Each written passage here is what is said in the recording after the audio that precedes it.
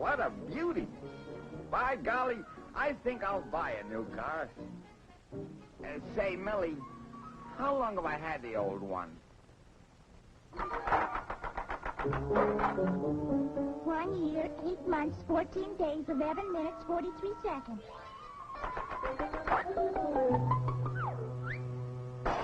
3 o'clock, Bob. Time to go home. So it is. Well, I'm ready. A long day, 11 to 3, 2 hours for lunch, 3 days a week. It's a tough life.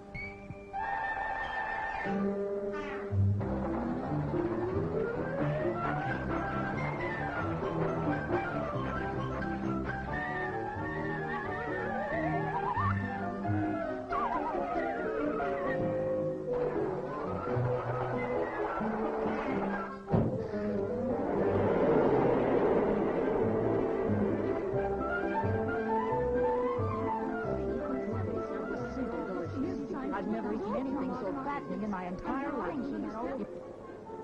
Give me license number WJK-412. I did 3 hearts. 3 no trump. I passed. Do you mind if I pass? Certainly not. Go right ahead. Thanks.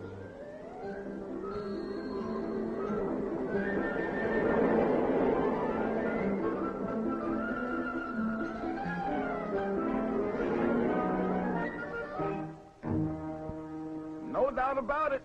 This bus is a little old-fashioned.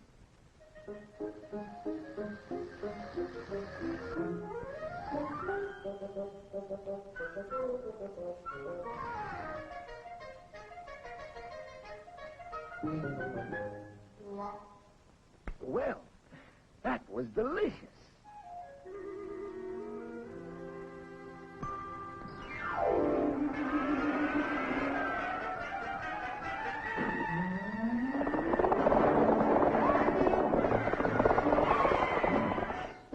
That concludes tonight's thrilling episode of our three-dimensional Western, brought to you by Enerjade, the combination soft drink, candy, and dessert with the three-dimensional flavor.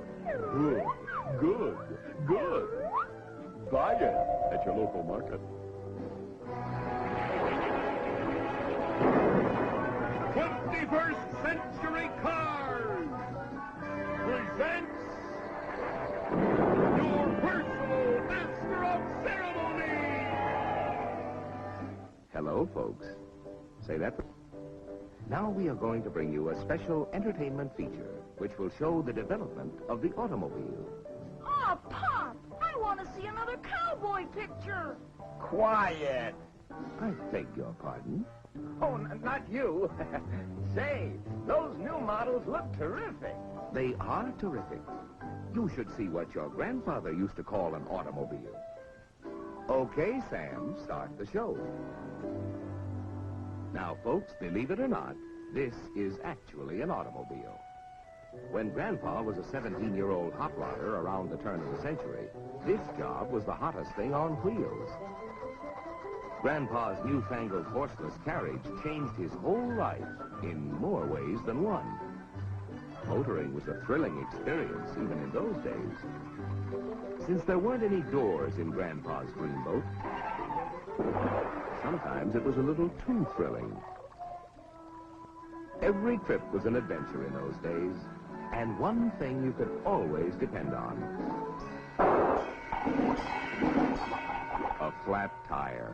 The old retaining rings on the rims didn't always retain what they were supposed to retain.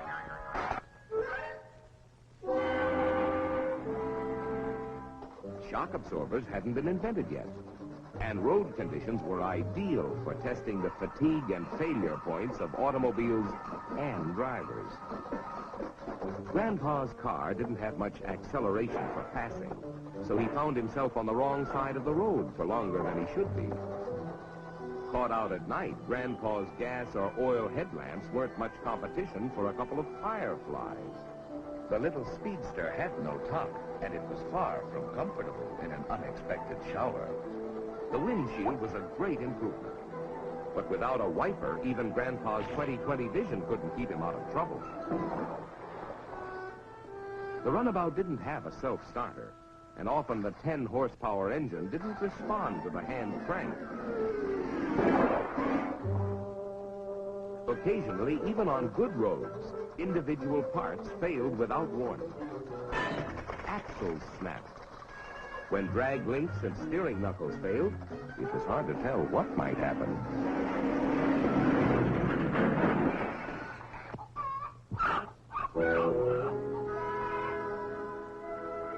With every passing year, improvements came thick and fast.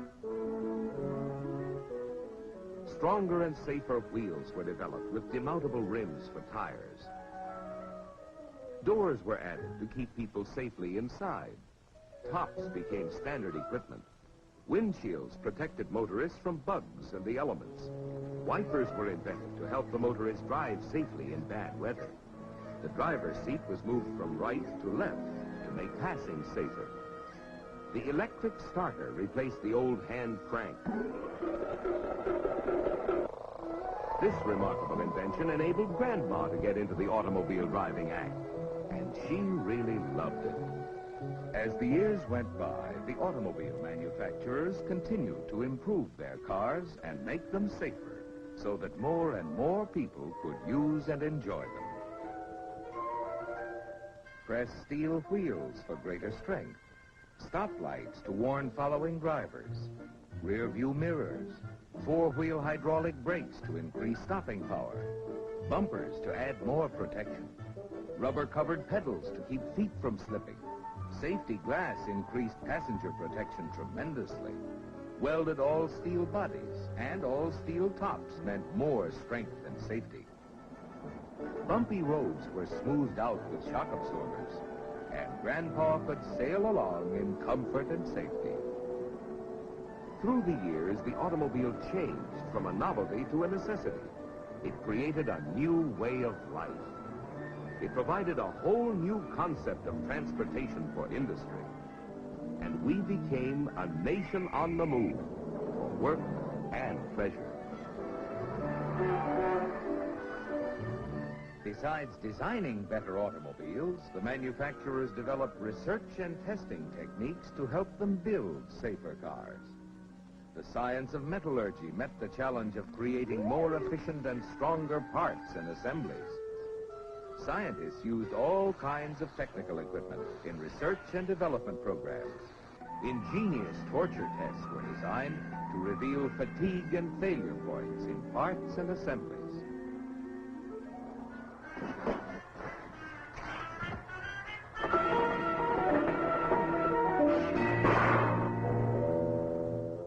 And like the parts and assemblies, the cars themselves were tested under all kinds of driving conditions to make sure that they would operate with maximum efficiency and safety.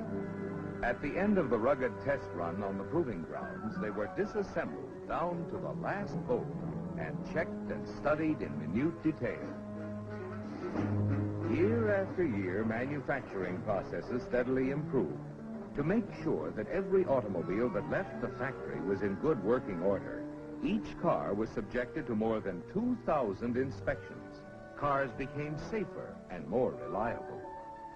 So when Grandpa, still plenty spry in spite of his age, set out for a little trip, his car was reliable, safe, comfortable, and easy to drive. Safety door locks kept Grandpa secure inside the all-steel body. The adjustable seat quickly placed him in a comfortable position. The automatic transmission made driving easier, and easier controls meant safer driving. Styling contributed to safety. The low center of gravity gave more stability. Tubeless tires meant increased safety. New equipment kept Grandpa warm in winter and cool in the summer to add to his comfort. And a more comfortable driver was a safer driver. More powerful and reliable engines were developed to make driving more efficient. When Grandpa passed another car, he did it safely and easily. Wrap-around windshields and larger rear windows increased visibility tremendously. Sealed beam headlamps guided Grandpa safely at night. Power brakes made it possible for him to stop easily and quickly. Directional signals let the other fellow know the driver's intentions. Power steering not only made parking a breeze, it made all driving easier. Even in the good old days of the 1950s and 1960s, Grandpa could rely on his automobile to get him to his destination quickly, safely, and fresh as a daisy. So you see, folks, all of you who are living in the year 2000 are fortunate, because through the years, the automobile manufacturers have had as their goal your safety first. They have constantly improved the quality and safety of automobiles.